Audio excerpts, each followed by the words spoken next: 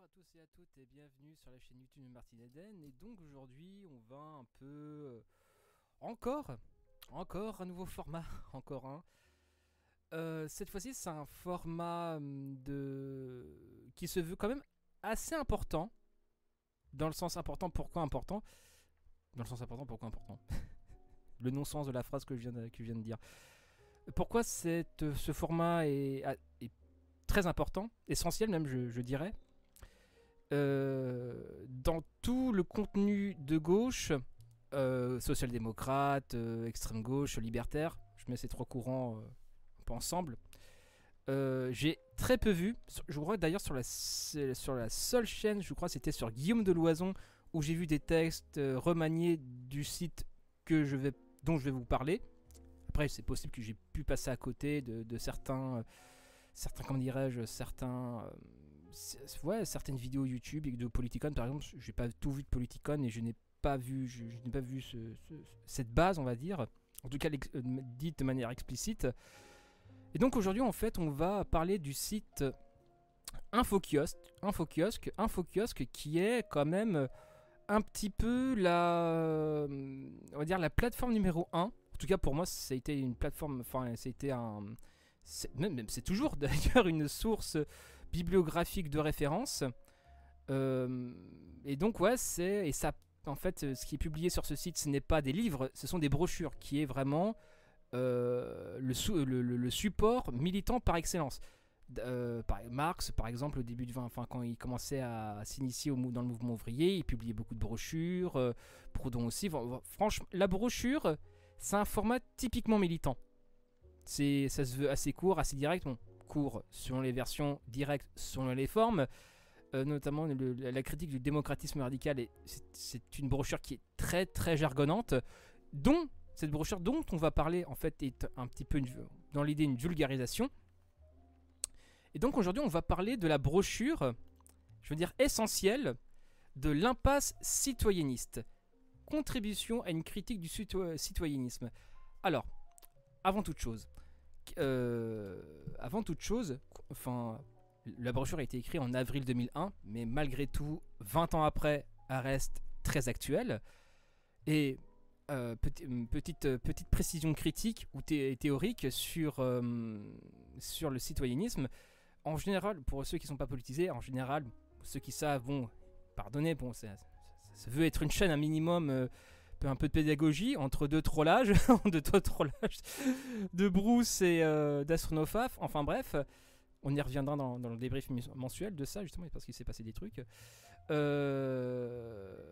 Donc l'impasse, si vous voulez, en fait, à gauche, il y a trois courants. Même si ces courants, après, ont des sous-courants, et ces courants peuvent faire des alliances les uns avec les autres, suivant les circonstances, suivant les données du moment. Mais on va dire, les trois courants dans la gauche, c'est l'anarchisme, le marxisme et ce qu'on appelle les sociodémocrates. Mais après, il peut y avoir des sous-marxistes, entre guillemets,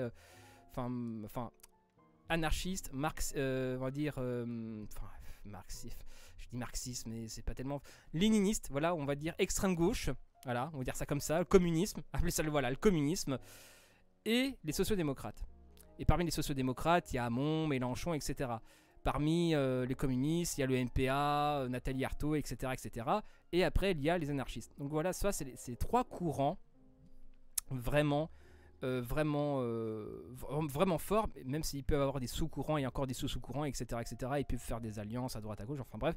Les données ne sont pas figées, mais en termes de courant de pensée, ce sont trois marqueurs extrêmement forts.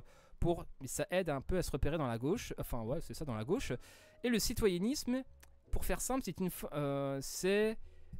une reconceptualisation de la social-démocratie. C'est-à-dire qu'est-ce que la social-démocratie?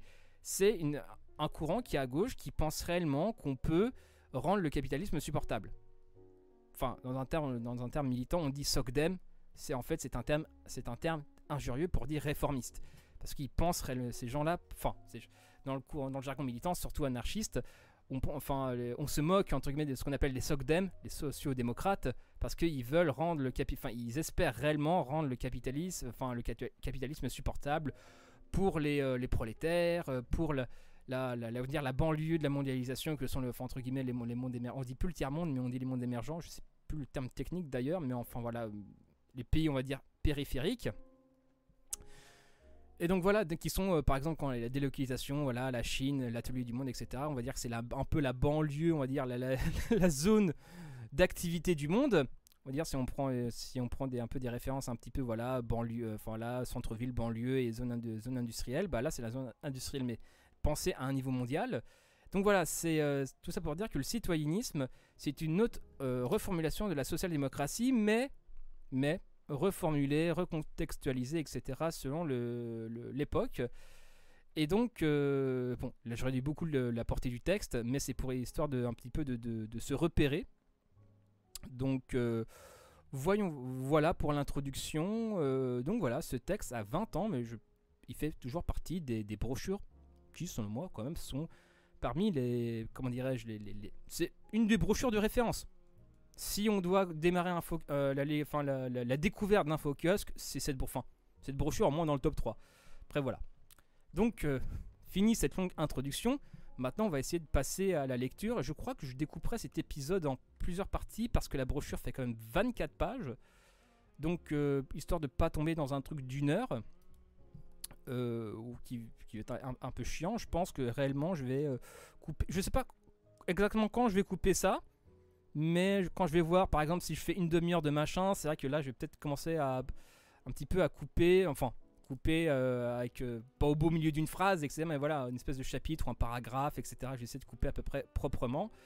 Et donc voilà, lançons-nous dans la brochure de base du nom de l'impasse citoyenniste, contribution à une critique du citoyennisme, avril 2001. D'ailleurs, on embrasse celles et ceux qui s'occupent du site InfoKiosque. Voilà. Bisous les camarades. Pour une fois que ça marche. Et là, ça commence par une citation de Guy Debord de la Société du spectacle. Si la logique de la fausse conscience ne peut se connaître elle-même véridiquement, la recherche de la vérité critique sur le spectacle doit être aussi une critique vraie.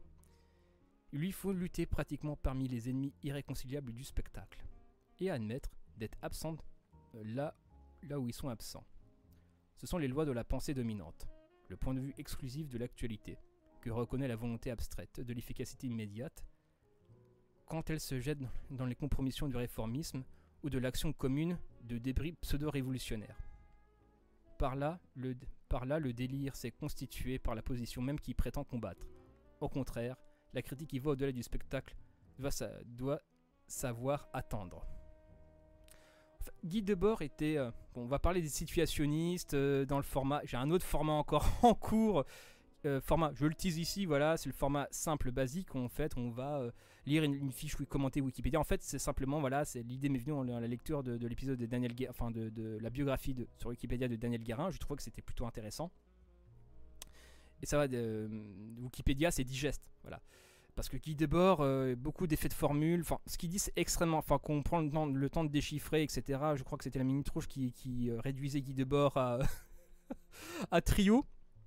Bon, comment dire que c'est un peu trop simplifié Guy Debord, mais bon, voilà.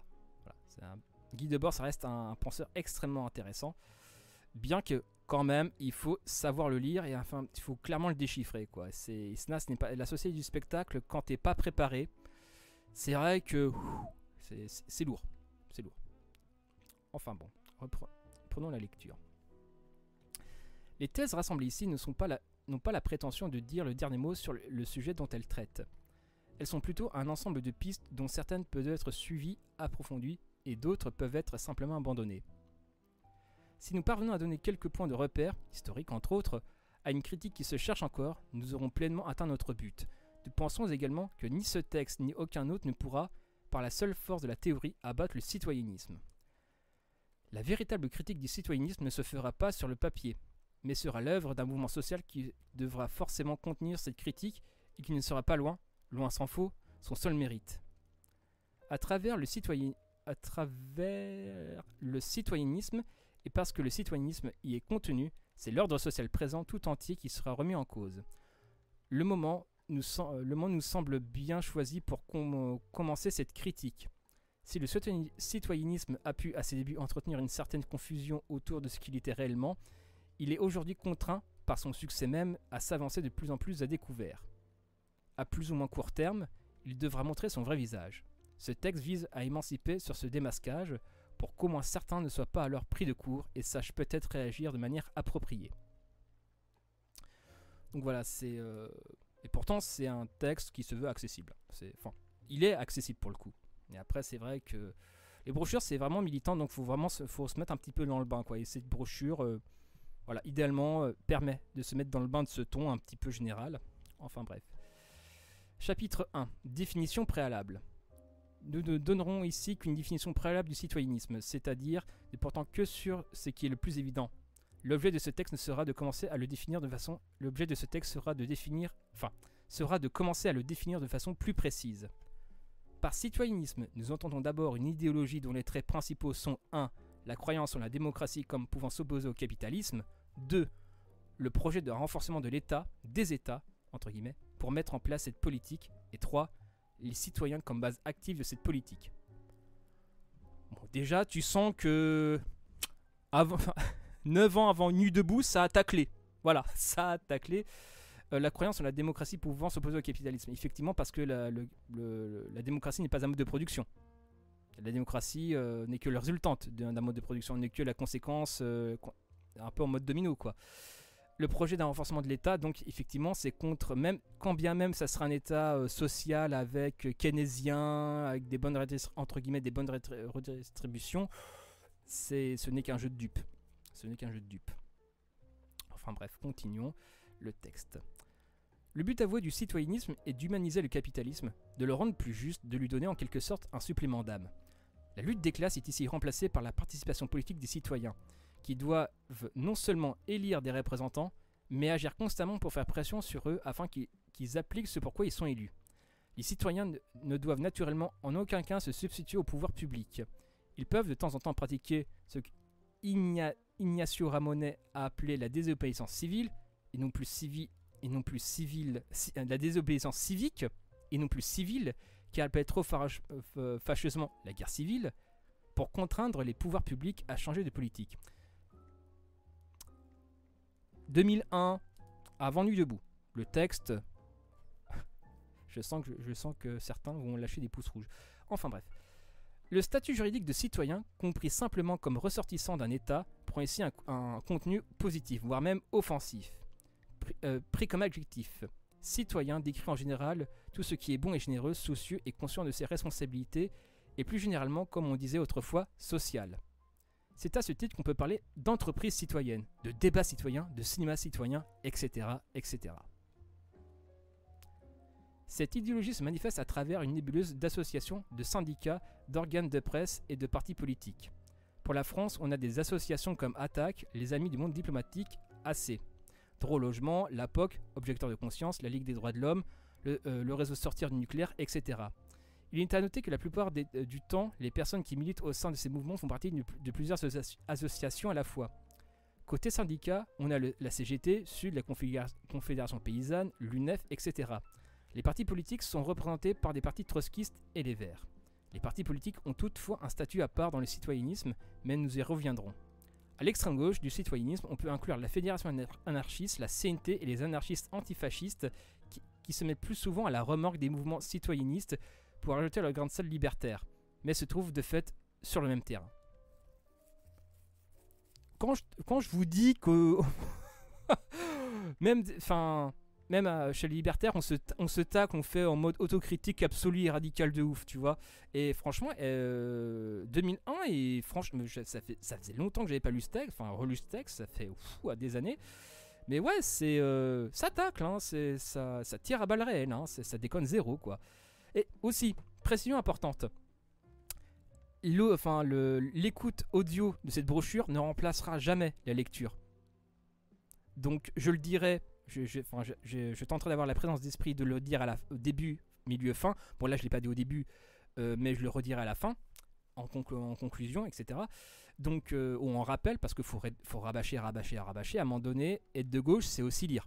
Voilà. Enfin, après, on peut compléter avec des documentaires, des audios, des vidéos, tout ce qu'on veut, on se forme comme on peut. Mais moi, je me suis rendu compte de ça assez rapidement. Il faut se poser, il faut lire. Et après, c'est vrai qu'on n'est pas tous égaux devant effectivement se poser, lire, etc. C'est vrai que, et c'est aussi pour ça que je fais ce format audio, parce que je sais très bien mesdames et messieurs, qu'on n'a pas tous le temps de lire, parce qu'on a des gosses, le job, etc. Donc à un moment donné, c'est pour ça aussi que je fais... Mais dans l'absolu, si vous avez du temps, si vous avez vraiment du temps consacré, voilà, la brochure fait 24 pages, ça se lit assez rapidement. Voilà, et c'est un autre rapport au texte, un autre rapport à la connaissance, donc je ne peux que vous inviter à aller vers ça. Reprenons. À l'échelle mondiale, on a des mouvements comme Greenpeace, etc. Et tout ce qui s'est retrouvé à Seattle, en fait de syndicats, associations, lobbies, tiers-mondistes, etc.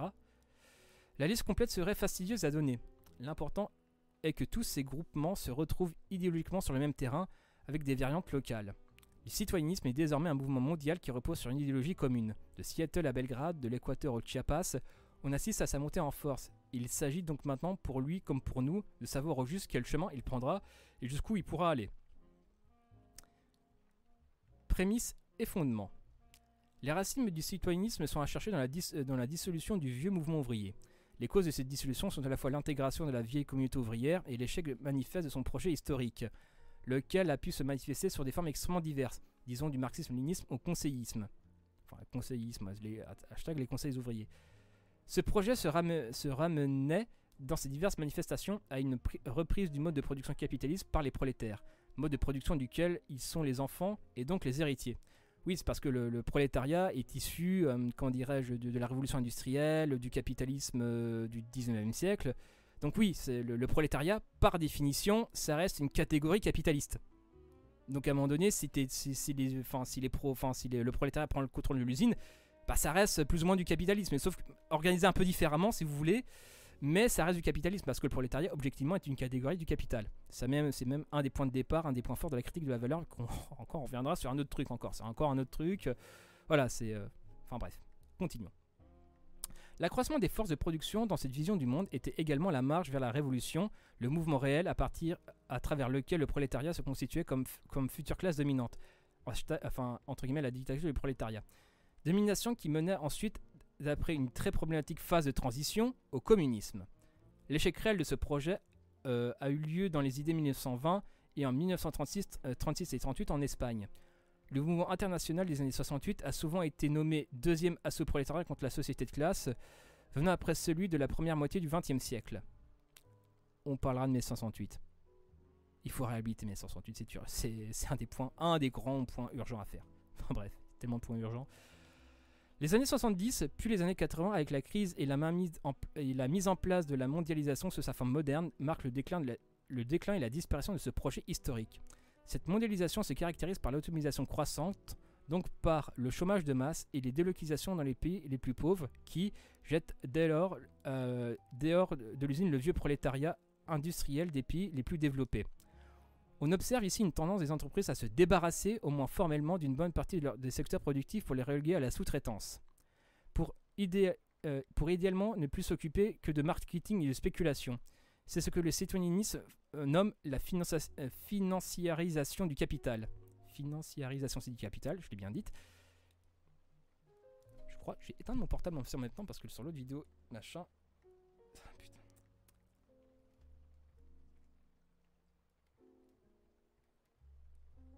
Voilà. Reprenons. Une entreprise comme Coca-Cola ne possède aujourd'hui directement quasiment plus aucune unité de production, mais se contente de gérer la marque, de faire fructifier son capital boursier, de réinvestir en rachetant les concurrents les plus petits auxquels elle a fait également subir une délocalisation forcée, etc. On a un double mouvement de concentration du capital et d'émiettement de la production. Une voiture peut se composer de pare-chocs fabriqués au Mexique, de composants électroniques taïwanais, le tout étant assemblé en Allemagne, tandis que les bénéfices transitent par Wall Street. Les États, quant à eux, accompagnent cette mondialisation en se défaisant du secteur public hérité de l'économie de guerre, dénationalisation, en flexibilisant et en réduisant d'autant qu'il est possible le coût du travail. Cela donne en France la loi sur les 35 heures qui réclamait à corps et à cri très citoyenniste, et ses manifestations officielles du moins, mouvement des chômeurs de 1998 et le PAR. L'arrivée de la gauche au pouvoir en 81 et le mouvement des étudiants et des cheminots en 86 sont des repères qui nous permettent de situer les progrès de cette dissolution et le remplacement progressif du vieux mouvement ouvrier par le citoyennisme dans le cadre de la mondialisation. Le mouvement de 1968 en France, comme dans le monde, a bien été le dernier assaut contre la société de classe.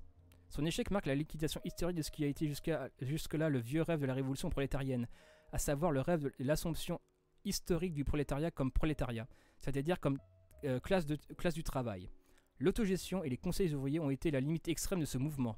Nous ne le regrettons pas, mais c'est aussi toute une contestation sociale beaucoup plus large et multiforme qui a été liquidée au sortir de ces années-là, lorsque s'est abattue sur le monde la chape de plomb des années 80.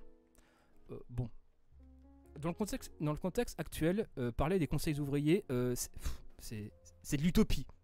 Mais après, effectivement, les conseils ouvriers aussi ont leurs limites, même si j'affectionne particulièrement le conseillisme. J'accorde volontiers qu'il y a pas mal de limites, enfin quelques limites, mais dans le contexte où Zemmour a donné à 8% d'intention de vote, parler de conseils ouvriers, c'est autant parler de sabre laser, c'est plus crédible, je pense. Reprenons. Même si l'on entend encore dans des manifestations le slogan « Tout est à nous, rien n'est à eux », est l'exact contraire de la réalité. Il a toujours été, bien entendu. Il fait toujours allusion à une illusoire répartition de richesses. Et de quelle richesse peut-on aujourd'hui parler? Mais il provient en droite ligne du vieux mouvement ouvrier qui entendait gérer par lui-même le monde capitaliste. On voit à travers ce slogan à la fois une résurgence, une continuité et un détournement des idéaux du vieux mouvement ouvrier, naturellement dans ce qui avait de moins révolutionnaire par le citoyennisme. C'est ce qu'on appelle l'art d'accommoder les restes. Nous y reviendrons plus loin, la disparition de la conscience de classe et de son projet historique, rendu caduque par l'éclatement et la partialisation du travail, par la disparition progressive de la grande usine communautaire et également par la précarisation du travail.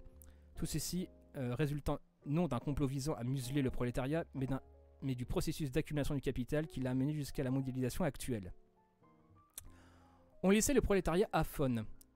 Il en vient même à douter de sa propre existence, doute qui fut encouragé par nombre d'intellectuels et ce que Debord a défini comme, entre guillemets, spectaculaire intégré, qui n'était que l'intégration au spectacle.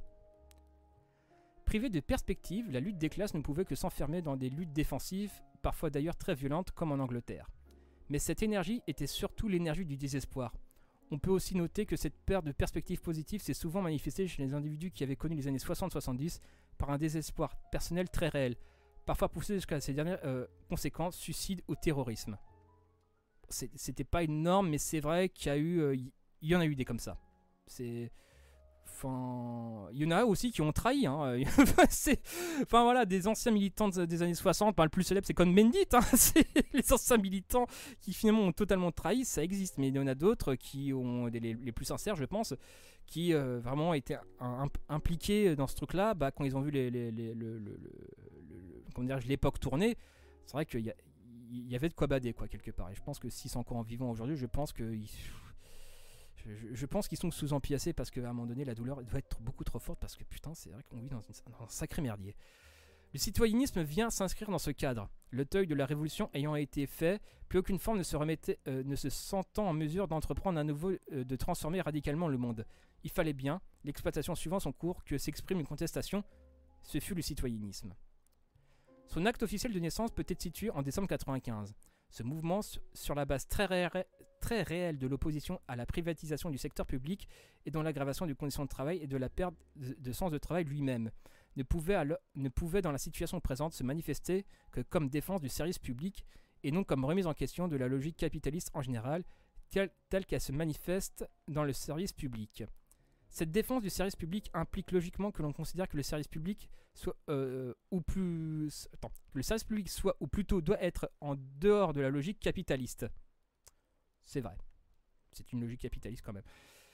C'est un mauvais procès qu'on a fait à ce mouvement lorsqu'on lui a reproché d'être un mouvement de privilégiés ou simplement d'égoïstes corporatistes. Les mecs ils défendent simplement leur beefsteak sur ça, je pense que même moi je trouve rien à dire quelque part aussi. Mais après pour défendre ton beefsteak, est-ce que tu es obligé de cracher sur ceux d'en bas? Vraie question. On peut constater que même les actions les plus radicales et les plus généreuses de ce mouvement en portaient la limite. Alimenter gratuitement en électricité des foyers est une chose, réfléchir sur la production et l'emploi et l'énergie en est une autre. On peut voir à travers ces actions que l'État est ici conçu comme une communauté parasitée par le capital, lequel viendrait s'intercaler entre le citoyen usager et l'État. Le citoyennisme ne dit pas autre chose. On peut constater que le citoyennisme ne récupère pas un mouvement qui serait plus radical. Ce mouvement est simplement absent pour l'heure. Le citoyennisme se développe comme l'idéologie nécessairement produite par une société ne concevant plus de perspective de dépassement. L'autre constatation que l'on peut faire, c'est que le mouvement de 1995, acte de naissance du citoyennisme, fut un échec, même si objectifs limités, même dans ses objectifs limités. La privatisation du secteur public continue de plus belle.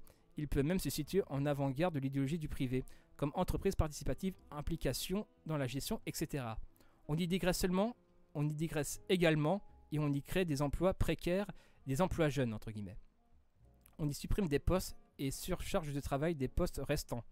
Le secteur public est également en première ligne pour l'application de la loi sur les 35 heures, et donc sur la flexibilisation. Une fois de plus, s'il en était besoin, on peut voir que la logique de l'État et celle du capital ne s'opposent en rien, et c'est là l'une des limites internes du citoyennisme.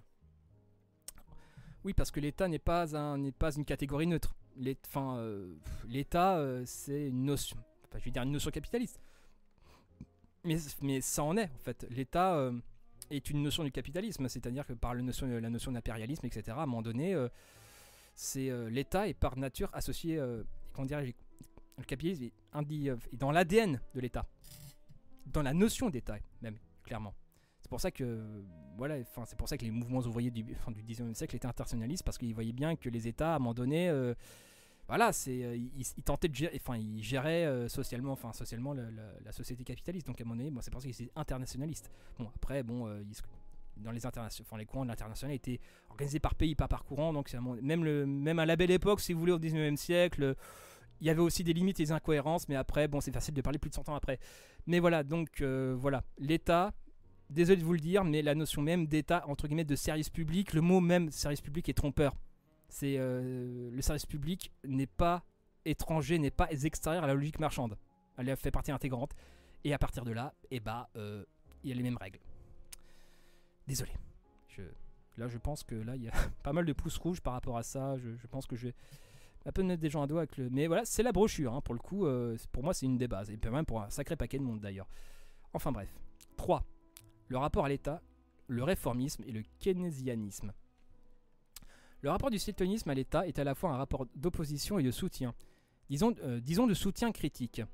Il peut s'y opposer, mais ne peut pas se passer de la légitimation qu'il lui offre. Les mouvements citoyennistes doivent très rapidement se poser en interlocuteur, et pour cela, ils doivent parfois entreprendre des actions radicales, entre guillemets, c'est-à-dire illégales ou spectaculaires. Il s'agit à la fois de se poser en victime, de prendre l'État en défaut, c'est-à-dire opposer État idéal et État réel, et d'arriver plus vite à la table des négociations. L'arrivée des CRS est le signe qu'on a été entendu. Naturellement, tout ceci doit se passer sous l'œil des caméras. La répression est l'acte de naissance des mouvements citoyennistes et n'est plus connu comme autrefois le moment de l'affrontement où l'on mesure le rapport de force, mais celui d'une légitimation symbolique. D'où par exemple le malentendu entre René Rizal et les quelques autres de la Confédération paysanne qui voulaient créer ce rapport de force, et José Bové, et manifestement la plus grande partie de la Confédération, qui par une action spectaculaire entendait poser son mouvement comme interlocuteur de l'État, ce en quoi il a d'ailleurs partiellement réussi. Voilà. L'État lui-même entérine bien volontiers ces pratiques, et n'importe qui aujourd'hui peut faire une petite manifestation, par exemple bloquer le périphérique, et être ensuite reçu officiellement pour exposer ses griefs. Les citoyennistes s'indignent d'ailleurs de cet état de fait qu'ils ont contribué à créer, trouvant qu'on ne peut tout de même pas déranger l'État pour rien. Ces interlocuteurs privilégiés voient d'un mauvais œil les parasites, les piques-assiettes de la démocratie. Des pratiques citoyennistes sont également promues directement par l'État, comme le montrent les conférences citoyennes ou les concertations citoyennes par lesquelles l'État entend donner la parole aux citoyens. Il est intéressant de constater à quel point les citoyennistes se contentent facilement de n'importe quel ersatz de dialogue et veulent bien admettre tout ce qu'on voudra pourvu qu'on les ait écoutés et que les experts aient répondu à leurs inquiétudes. Je vous rassure, 2001, j'ai l'impression que ce texte a été écrit hier. L'État joue ici le rôle de médiateur entre la société civile et les instances économiques, comme les citoyennistes seront ensuite médiateurs du programme de l'État, ce qui n'est que l'accompagnement de la dynamique du capital. Révisé de façon critique, c'est la société civile. On l'a vu avec la loi sur les 35 heures. On l'a vu sur la loi sur les 35 heures. Il joue ici le rôle qui était classiquement dévolu aux syndicats dans le monde du travail, pour tout ce qu'on appelle les problèmes de société. L'ampleur de la mystification montre aussi que l'ampleur du champ de la contestation possible qui s'est étendue à tous les aspects de la société. Dans leur rapport à l'État, les citoyennistes commencent aussi, en tout cas en France, à être malades de leur victoire. De plus en plus, le gouvernement se scinde et se recompose.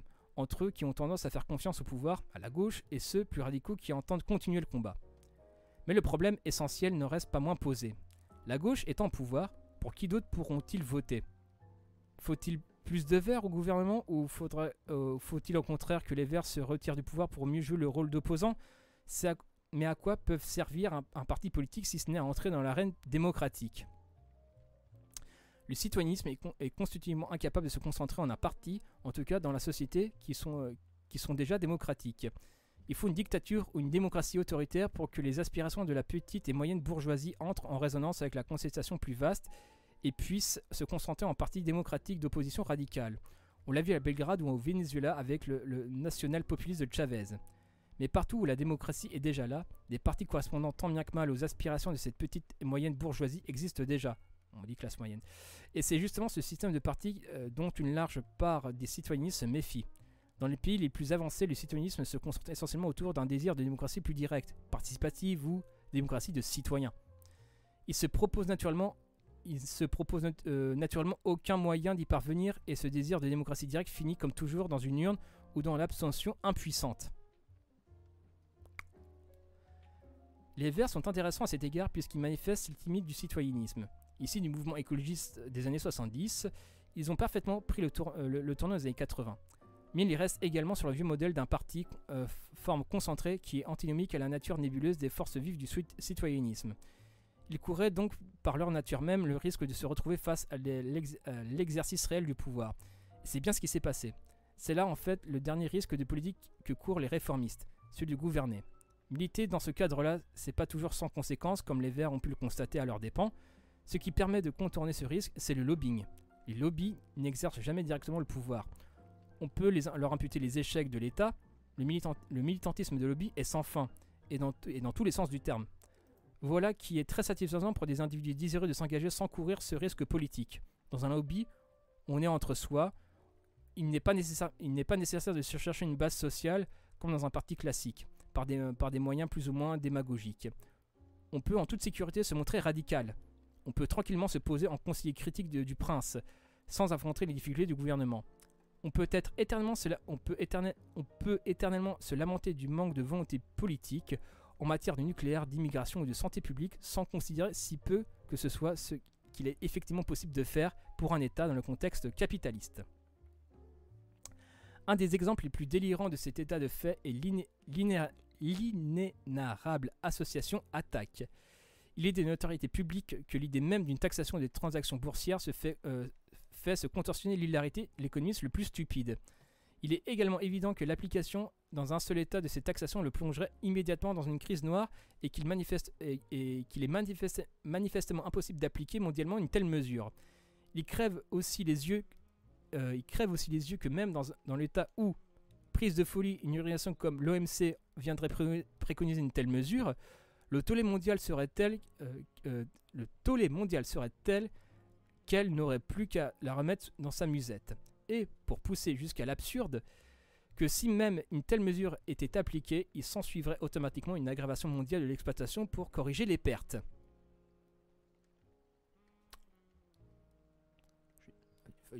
Heureusement que je lis ça avec vous, parce que ça me replonge dans mes débuts de militantisme quand je lisais ça, quoi.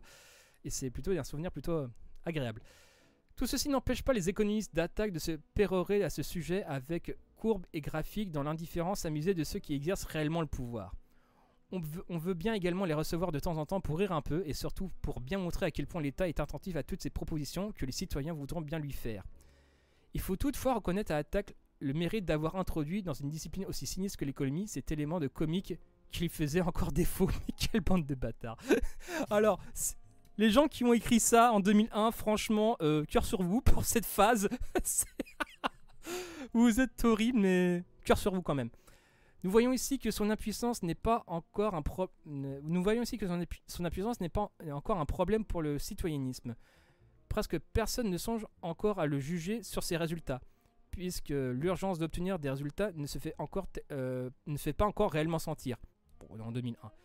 Lorsque cela commencera à être fait à une vaste échelle, il n'est pas douteux qu'il n'en aura plus pour très longtemps. Malheureusement, non. Alors, sur la première, oui, la deuxième, non. Nous sommes à ce stade de notre propos naturellement conduit à évoquer la question du réformisme citoyenniste. On sait que les citoyennistes se donnent eux-mêmes volontiers ce qualificatif. On comprend qu'ils veulent, par l'emploi de ce terme, suggérer qu'ils sont plus pragmatiques, plus réalistes que ces sacrés idéalistes de révolutionnaires. Et en effet, on peut bien voir jusqu'à leur pragmatisme et leur réalisme avec une association comme attaque. Nous autres, pauvres révolutionnaires, compensons en tout cas notre manque de pragmatisme par la mauvaise habitude de souvent juger les choses en ayant recours à l'histoire, c'est-à-dire ce qui s'est réellement produit jusqu'à présent. Et force est de constater que le réformisme surgit toujours dans des moments de crise du système capitaliste. Le Front populaire, par exemple, était réformiste. On y reviendra sur le Front populaire, c'est quand même assez intéressant aussi. C'est une grande figure, un grand mouvement historique. Dans un moment où l'insurrection ouvrière était partout, où les usines étaient occupées, la réponse, entre autres, du Front populaire a été de donner aux ouvriers des congés payés. Qu'ils n'avaient jamais demandé à Keynes aussi était un réformiste. Le front a été de donner aux ouvriers des congés payés. Qu'ils n'avaient jamais demandé. Ils ont oublié un point. Keynes aussi était un réformiste. Et la crise de 1929 y fut pour quelque chose. Il n'y a actuellement pas de grève insurrectionnelle, pas de baisse des investissements, pas de baisse significative de la consommation. Même la récente et relative hausse des taux d'intérêt, après une décennie de baisse continuelle et la très prévisible débâcle des valeurs technologiques, ne sont plus perçus comme une consolidation des marchés et comme un risque de crise. Il n'y a actuellement de crise réelle du capital. Il n'y a pas actuellement de crise réelle du capital. Il ne saurait donc y avoir de réformistes. En outre, toutes les réformes entreprises dans le capitalisme ne l'ont été que pour sauver le capitalisme lui-même. Il n'y a pas de réforme anticapitaliste. Keynes ne se cachait pas d'être un libéral et vouloir sauver le système libéral mis en danger par la crise de 1929. Enfin, Keynes qui était un économiste anglais, je crois. D'ailleurs, plutôt de droite en plus. C'est très bizarre qu'un économiste de droite des années 30 devienne une figure économique de gauche dans le XXe siècle. Voilà. Enfin bref, c'est autre chose.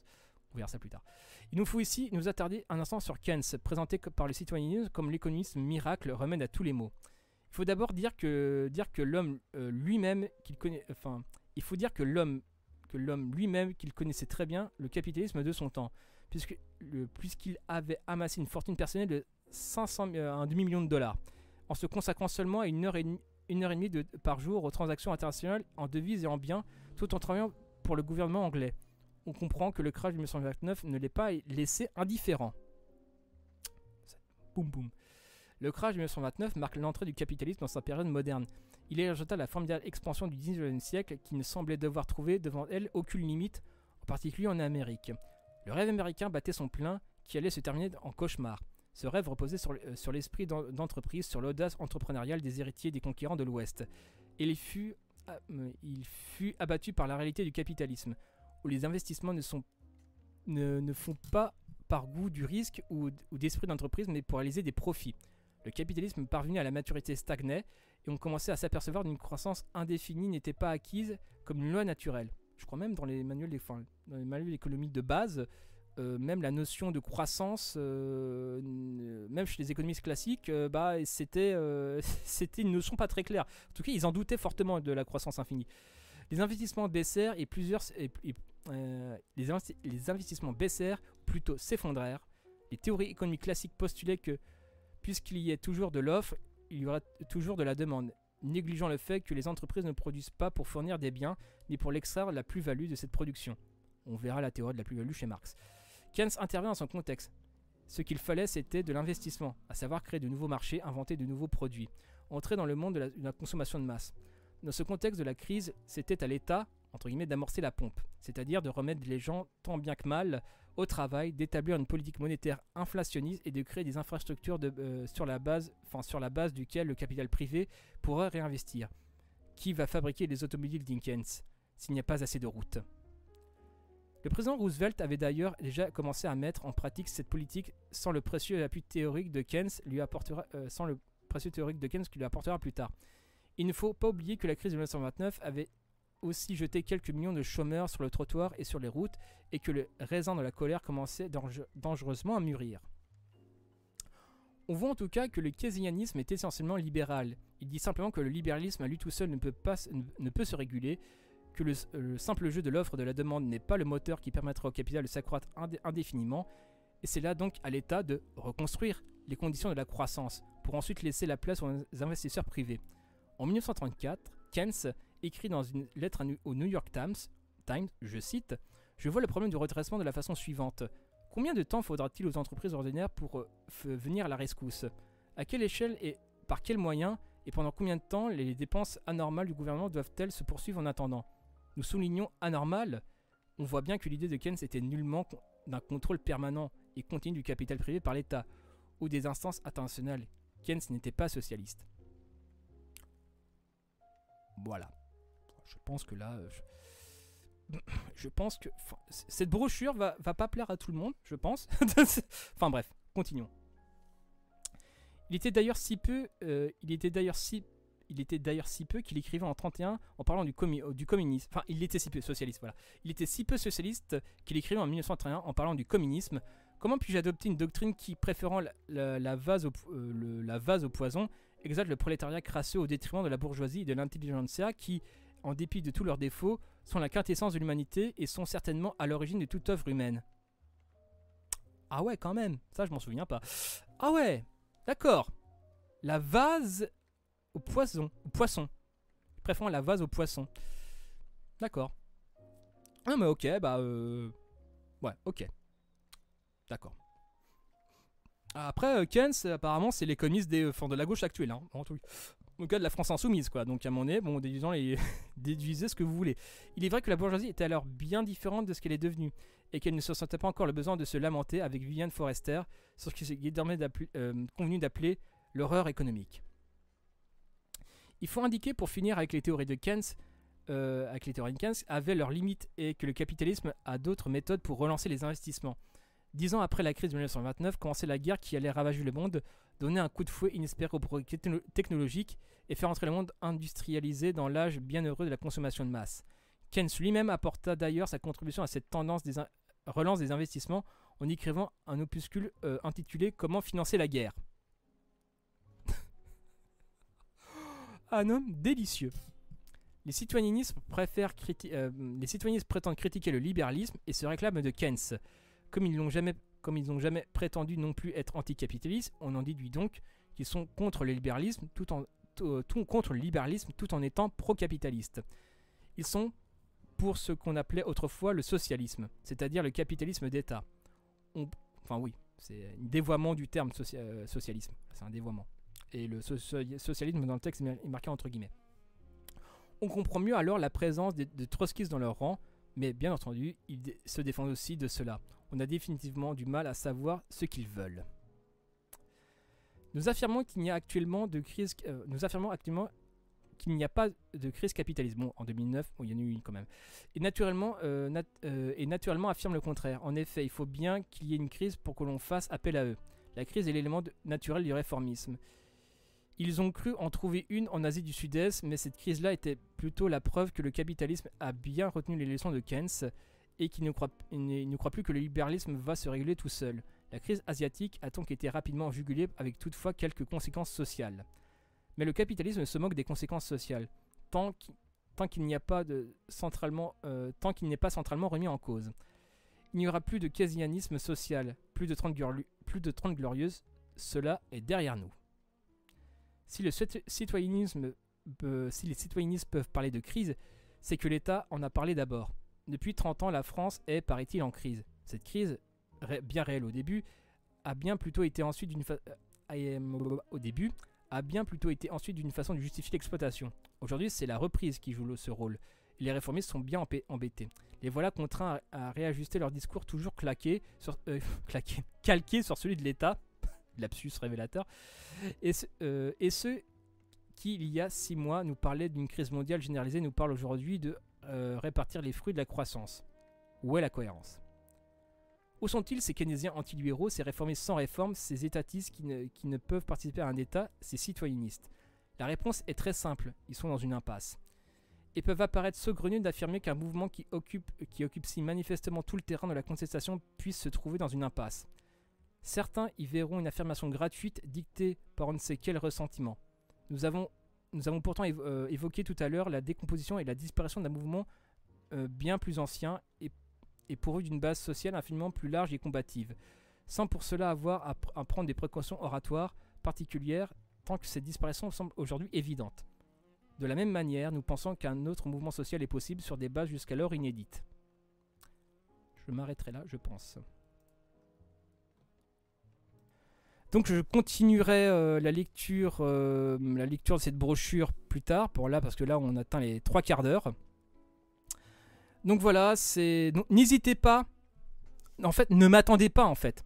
Je mettrai le lien de la brochure dans la description, je continuerai de faire la lecture, mais si vous n'avez pas besoin de m'attendre si vous voulez, la lecture se fait, hein, ça se fait assez rapidement. Donc je ne peux que vous motiver, camarades, ou futurs camarades en tout cas, à lire cette brochure qui est, somme toute, la base, en tout cas une des bases de la critique sociale. Et franchement, après, rien ne vous empêche de taper Keynes sur Wikipédia pour savoir qui c'était, etc., etc. Après, voilà. Moi, personnellement, c'est ce que j'avais fait, tu vois. Ce que j'avais fait quand j'avais vu tel ou tel truc, j'ai tapé sur Wikipédia, j'ai fait des recherches, etc. Donc voilà, c'est la curiosité, quelque part, n'a pas de limite. Et là, j'ai envie de dire, si vous voulez vraiment vous éveiller à l'esprit critique, à la recherche, El Famoso, faites vos recherches. Voilà, c'est à un moment donné, faites-le sur ça, faites-le sur ce pro-là, c'est sain, c'est intelligent, c'est tout ce qu'on veut, quoi. Donc voilà, c'était. Donc je continuerai la lecture de cette brochure plus tard. Au plus rapidement, je pense que je vais enregistrer la deuxième partie demain. Donc voilà, c'était le retour du contenu constructif, on va dire, un peu plus élaboré. Et voilà, et donc c'était Martin Meden au direct du Goulag. Bisous à vous.